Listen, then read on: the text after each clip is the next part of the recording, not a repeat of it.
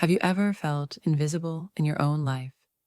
Imagine rediscovering yourself in a cozy cabin, surrounded by snow, with only your son by your side.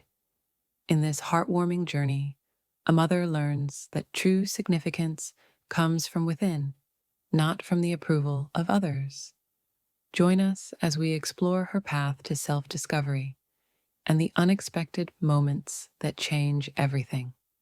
If you enjoy this story, don't forget to like and subscribe for more inspiring tales. I penned a note to my spouse and then shredded it, not due to frustration, but because I no longer needed his validation to feel significant. I'm now 40 years old. I once believed I was merely a silent figure in a home where my husband barely noticed me and my child was about to leave. But then, my son Jack took me to a small house deep in the frosty woods. There, amidst the freezing temperatures, I rediscovered the sensation of being alive through joy, tumbling into the snow, and a snapshot that made me realize, I'm still myself. Have you ever dedicated so much of your life to others that you lost sight of your true self? Share your story with me, as perhaps your journey to reawakening mirrors mine.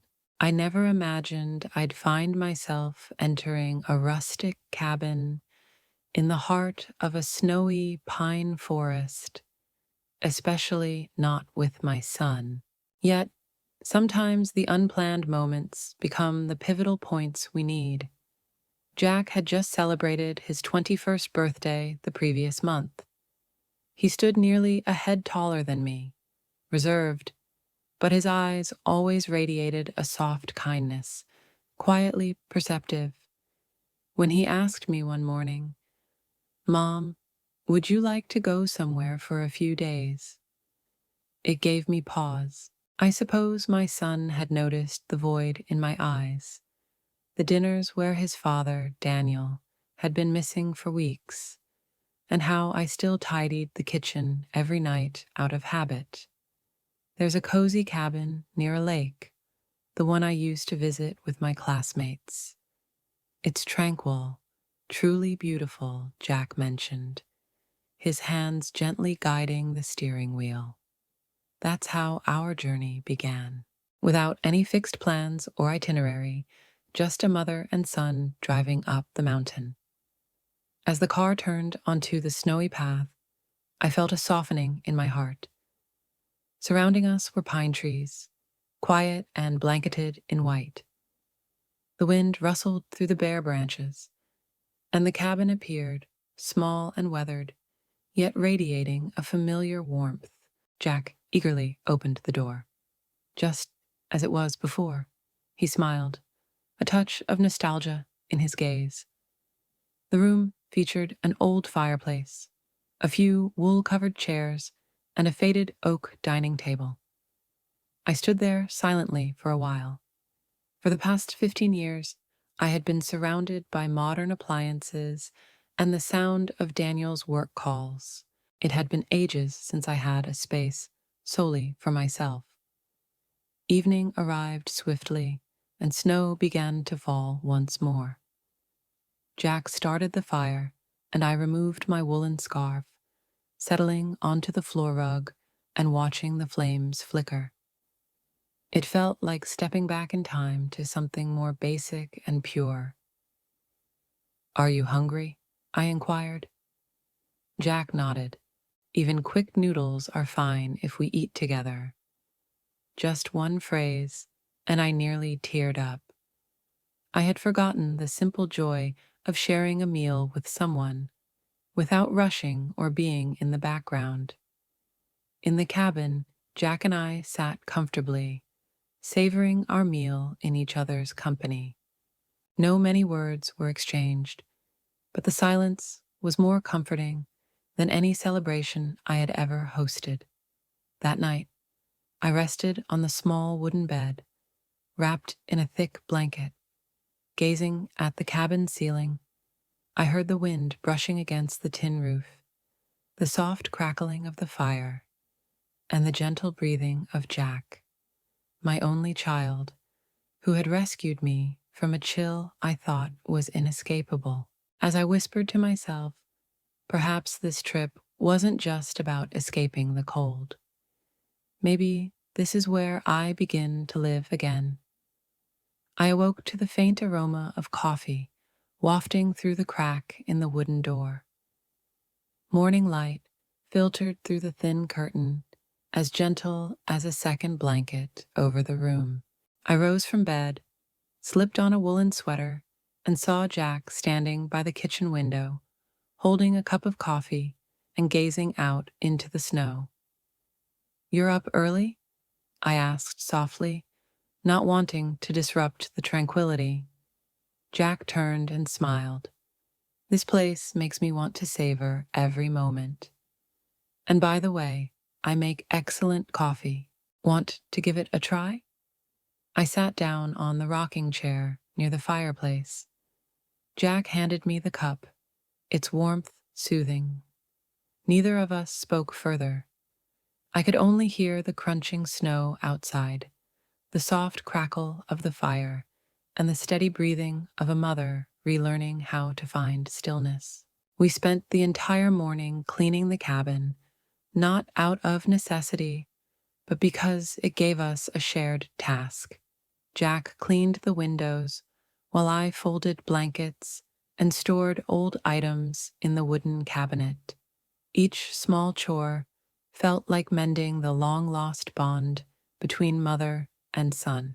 I couldn't recall the last time we had spent uninterrupted time together, free from the distractions of phones, emails, or trivial disagreements. But here, everything felt uncomplicated and light. By midday, the snow continued to fall, but the sky had brightened. Jack led me out of the cabin. "Have you ever tried snow hiking, Mom?" I laughed and shook my head, a bit shy as I looked at the bulky snowshoes he handed me. "No, I'm more accustomed to strolling through markets." "Well, Mom, today you're trekking through the woods with me." We stepped into the soft snow, our feet gently sinking into the untouched white surface. The pine forest was still, with only the sound of our breaths and the occasional rustle of branches. Jack placed his hand on me as soon as I stepped inside. He talked about his past camping trips with friends here. His voice wasn't as dry and abrupt as it usually is. Instead, it was warm and filled with enthusiasm. I realized my son had grown, not just physically, but in how he listened and looked at me without judgment or rushing. When we stopped in an open clearing, Jack said, "When I was little, every time you had a headache or felt upset, you'd go out to the backyard. You didn't know I noticed, did you?" I froze. "I thought you were too young to understand." Jack shook his head thoughtfully. "I saw, and I always wished you had someone to lean on, so you wouldn't have to keep holding it all together." I turned away, blinking rapidly to keep the tears from falling. In that moment, I didn't just see Jack as my son, but as a young man full of understanding and maturity. A part of me felt supported. Back at the cabin, I sat on the porch steps, my cheeks flushed pink from the cold. Jack handed me a cup of hot ginger tea. "Where do you want to go tomorrow, Mom?" he asked. I shook my head, watching the snow continue to fall silently. "Can we stay here a few more days?" I wanted to stretch out this feeling, a feeling that, for so many years as a wife and a mother, I had forgotten to be myself without needing to be perfect. That night, the house was enveloped in an unusual stillness. Daniel still hadn't come home. I stood in the kitchen, drying the last plate from the leftover birthday dishes, then hung the towel on its hook. Jack was upstairs. I could hear soft music from his room, instrumental melodies playing steadily like a whisper without clear meaning. I wondered if he was thinking about what had happened at the beach. I couldn't stop thinking about it. Walking into the living room, I sat down on the sofa and pulled a light blanket over my legs. Every object in this house was so familiar, from the reading lamp with the broken hinge to the faded wedding photo hanging slightly askew on the wall. Everything felt like a part of my life, and yet now I wasn't sure if I was living in it or just existing in a role someone else had chosen for me. I sighed. Suddenly, I heard light footsteps on the stairs, and then Jack appeared in the doorway, holding a glass of water. Not asleep at all. I was just about to check on you. I'm not sleepy either, he said. He walked over and sat beside me, still holding the glass. A few seconds passed in silence. Then I spoke. Did today feel a little different to you? Jack looked at me and nodded slightly. You didn't seem like yourself, a bit distant. I gave a faint smile. Maybe it's my age. When you reach a certain point, you tend to think more about the things you've lost. You haven't lost anything, Jack said. Something in his voice made me turn and look him in the eyes. You're the one holding everything together. Without you, I think this family would have fallen apart a long time ago. My heart tightened. Jack's words were a gentle but painful reminder. Had I really kept everything together, or was I just pretending not to see the cracks? Daniel, I hesitated. Your father? Do you feel like he's slipping away? Jack was silent for a long moment, then answered, I think he's already gone a long time ago. I closed my eyes, not out of shock, but because it had never been spoken aloud before. And now, my own son had confirmed it. But you're still here, Jack continued, and so am I. We still have each other. I turned toward my son, grateful for his words. Jack's presence felt comforting and supportive. In that moment, I didn't see him as the small child I once carried, but as a grown man, a man with a heart big enough to see the pain even my husband no longer noticed. I didn't say anything else. We sat there together in silence, listening to the ticking of the clock, as if time itself was giving me a pause to reflect, to breathe, and to understand that even if Daniel had forgotten who I was still seen by my own son. I don't know how long I had been sitting there after Jack went back to his room, maybe a few minutes, maybe an hour. But when I finally stood up, the usual haze and weariness suddenly lifted, as if someone had pulled a heavy curtain off my mind. I walked into the bathroom, turned on the light, and looked straight into the mirror. The face staring back at me was no longer the youthful woman in the old wedding photo that I'd known for a long time. But tonight, for the first time in years, I truly saw myself. Not as Daniel's wife, not as Jack's mom, just me. A woman slowly losing herself in the quiet of days when no one asked how she was, in the dullness of wordless meals, in the kind of silent sacrifice so constant that even she had forgotten it was being made. I braced both hands on the sink and exhaled sharply. A slight chill ran down my spine. It wasn't pain. It was clarity. I remembered the early days of being a wife, a mother. I once had dreams opening a small bakery, writing a book, learning another language. But bit by bit, I had folded all of it into family dinners, into Jack's good behavior, into Daniel's work schedule. Had I lived for everyone else and forgotten this one truth? If a woman no longer lives for herself, she disappears, even if she's still present in every family photo. A tear rolled down my cheek, but this time it wasn't a tear of self-pity. It was a tear of awakening. I no longer wanted to be the invisible part of this house. I didn't wish to be the woman for whom Daniel was only thankful for her endurance. I didn't want to be the mother Jack observed with quiet despair as he watched her retreat into silence. I yearned to rediscover my voice. I desired a day brimming with melody, inquisitiveness, something that brought a smile to my face for no particular reason. I was uncertain about my next steps. However, one thing was clear. The next day would be different. I examined myself in the mirror once more. The dark circles beneath my eyes remained, but there was a spark, almost a hint of pride. I didn't need to be younger, more attractive, or admired by anyone. I simply needed to live authentically, true to my feelings. That evening, I lay down and shut my eyes, not with worry or remorse, but with a fresh, powerful sense of tranquility, as if I had weathered a storm and was standing in the first light of dawn.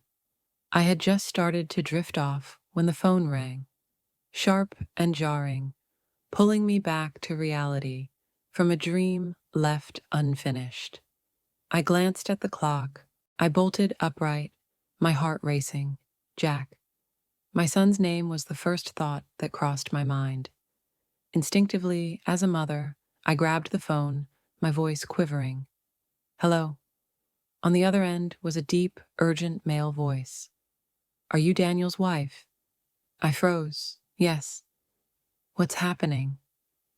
We're calling from the Central Hospital. Your husband, Daniel, collapsed while working late. He's currently being treated in the cardiology emergency unit. Can you come immediately? I stood there, shocked, and could only respond, I'm on my way. I drove through the night, my hands clutching the steering wheel tightly. The streets were empty, amber streetlights stretching out like tangled lines of memory in my mind. Questions swirled. Is Daniel all right? Had there been any signs? Why didn't I notice? But what surprised me most was the feeling in my chest. I wasn't afraid of losing Daniel. I was unsettled because something remained unsaid, something unfinished, even though I thought I had let it go. I arrived at the hospital and hurried into the waiting area, my eyes fixed on the closed doors of the emergency room. A few minutes later, a young doctor emerged and removed his mask. He's out of danger now. Fortunately, you got him here in time. I nodded in thanks, but my heart still wouldn't slow down. When I was allowed in, Daniel was lying there, pale, exhausted. The face I had known as cold and distant, now strangely vulnerable. I stood still for a long time before sitting down beside him. Daniel opened his eyes and looked at me. There was nothing dramatic about it, just a tired and honest gaze. He whispered, I'm sorry for everything. I didn't know what to say. In that moment, all the anger, the emptiness, the disappointment I had held on to seemed to scatter. Daniel, the husband I thought had disappeared into his work, was here at his most fragile. And I, the woman who had just begun to remember who she was suddenly faced with the question, if he truly changes, what will I do? That night, sitting by the hospital bed, I didn't sleep, but I no longer felt the urge to run. I wasn't sure what would happen with Daniel, with me, with Jack, but I knew one thing. Every journey of awakening must pass through interruption, because it's in those moments that we truly understand where we want to go. A week after Daniel was discharged from the hospital, the house became strangely quiet. No more slamming doors in a rush or midnight phone calls. Daniel started working from home. The doctor said he needed complete rest for at least 3 weeks. He accepted it, albeit reluctantly, and as for me, I didn't know what to do with the space that now existed between us. I still got up early as usual, made coffee, tidied the kitchen, prepared breakfast for Jack. But now, Daniel also sat there in the spot where only an empty chair used to remain. We exchanged polite glances, a few health questions, then silence once again filled the kitchen. That afternoon, when Jack went out to meet his friends, I stepped into Daniel's temporary office. He was staring out the window as if something out there might save him from the things left unsaid. I spoke first. "Wait, we need to talk." He turned around, eyes tired, but not avoiding mine. I sat down in the chair across from him. Neither of us said anything for a long while. Then I asked, "Did you ever realize how lonely I've been?" He looked at me this time for longer, then nodded. "Yes, but I didn't know what to do with it. Work was the only thing I felt I was still good at." I gave a dry laugh. "What about me? What about Jack? What about all the dinners I waited for alone?" And he didn't respond. He only looked down at his hands as if he could find the answer there. "I know you're angry," Daniel said slowly. "But I was afraid that if I stopped, I'd have to face the truth, that I'm no longer the man you once chose." My chest tightened. In all the years we lived together, Daniel had never let any cracks show in his armor. Until now. I took a deep breath, then said, "I don't need someone perfect. I just need someone truly present." Daniel looked up. For the first time in many years, his eyes were misty. "I thought I had lost you, Daniel. But you know what the scariest part was? I had already lost myself before that." And that conversation didn't end with any resolution. But it was an honest beginning. No dramatic actions, no pledges. We didn't hug or shed tears, nor did we attempt to rewrite our past love story. But for the first time in ages, we saw each other genuinely, not through assigned roles or duties, but with authentic perception. That night, as I was by the kitchen window, Jack returned home. I looked at my son, still the child I remembered, yet maturing with each moment. I understood then that this path to recovery might not be just for Daniel and me, but for our entire family, one that once believed it was irreparably damaged. Jack didn't inquire about anything when he saw Daniel and me seated at the dinner table. His eyes scanned over us, a blend of astonishment and reserve, as if he was observing a familiar space that had been reorganized. The heroine rises from the ground. I gave him a bowl of soup, my hands slightly unsteady. Daniel quietly served himself some rice. Little was said, but the atmosphere felt altered, a type of silence that no longer felt oppressive, but seemed like the initial notes of a melody just starting. After cleaning up from dinner, Jack headed upstairs. I sighed, assuming he needed some space. However, in under 15 minutes, a gentle tap sounded at my bedroom door. "Mom, are you available?" I turned to see Jack at the doorway. No devices, no headphones, just my boy, now taller, with something unvoiced in his gaze. I shook my head. "Come in, dear." He sat quietly for a bit, then spoke softly, as if fearing to disrupt something delicate. "You and Dad, you're all right now, aren't you?" The inquiry took me aback. I wanted to reply instantly, but I hesitated. In his gaze, I saw not inquisitiveness, but apprehension, a quiet aspiration for understanding, yet also a dread of being wounded. I'm uncertain, I admitted truthfully, but I believe we're starting to communicate again, genuinely. Jack nodded, then glanced down, fidgeting with a loose thread on his sweatshirt. I feel like I grew up in a home where talking was frequent, but real conversation was rare. My voice caught, and sometimes it felt like I was amidst two unfamiliar people, trying to prevent everything from crumbling. I moved closer and sat beside him, placing my hand over his. You don't need to do that, Jack. No child should bear that weight. Jack looked up, his eyes rimmed red. But if not me, then who? My heart broke. I embraced him tightly, our first genuine hug in a very long time. In that moment, I realized something I'd never thought of before. It wasn't just Daniel and me who had been affected by the silence. Jack was also a casualty of the voids we'd left behind. After he exited the room, I remained alone, uneasy. Perhaps the road to healing doesn't start with the relationship.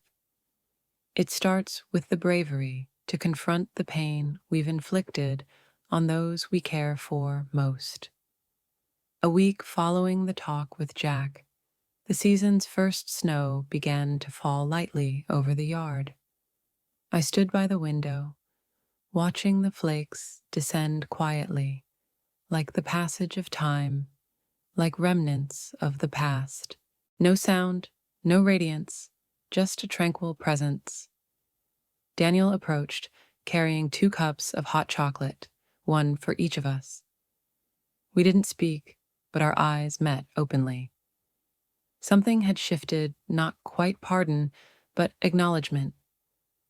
I'm trying, Daniel said softly, sincerely, not to revert to old ways, but to learn to be the companion you merit.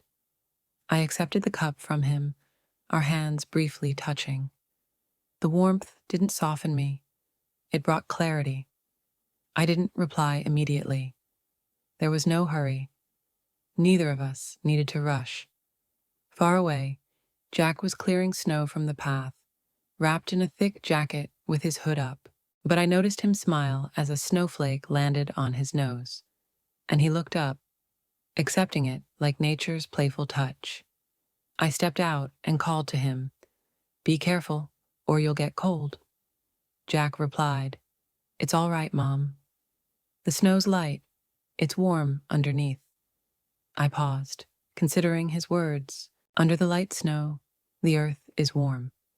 Perhaps that's the heart of this family. Even after the chill, even beneath layers of quiet, resentment, or pain, there's still ground beneath. Still a place to plant roots, to start anew. That evening, the 3 of us gathered at the dinner table. No elaborate schemes, no grand festivity, just a simple meal, a few shared tales, and gentle laughter. But I felt more peaceful than I had in ages. I don't know what the future holds. Perhaps Daniel and I will never rekindle what we had. Maybe Jack will pursue his own path. But I know this. We found the courage to face each other, to see the truth, and chose not to turn away. To me, that's enough to consider it a fresh start. Sometimes the most frightening thing isn't our actions, but when we no longer identify with our reflection. The mother in this narrative didn't merely bear sorrow, she reached the depths of solitude. From there, she relearned to love herself truly and wholeheartedly. Life is filled with unforeseen twists, instances when we feel we've lost it all. But if we're courageous enough to be true to our feelings, to confront our errors and choose correctly, that's genuine growth. Because growth isn't about never stumbling, but about learning to stand again with belief. Let this tale serve as a reminder that awakening sometimes starts with a fracture. Emotional recovery is a lonely path, but it's not futile. And love, even if once broken, can be restored if we decide to.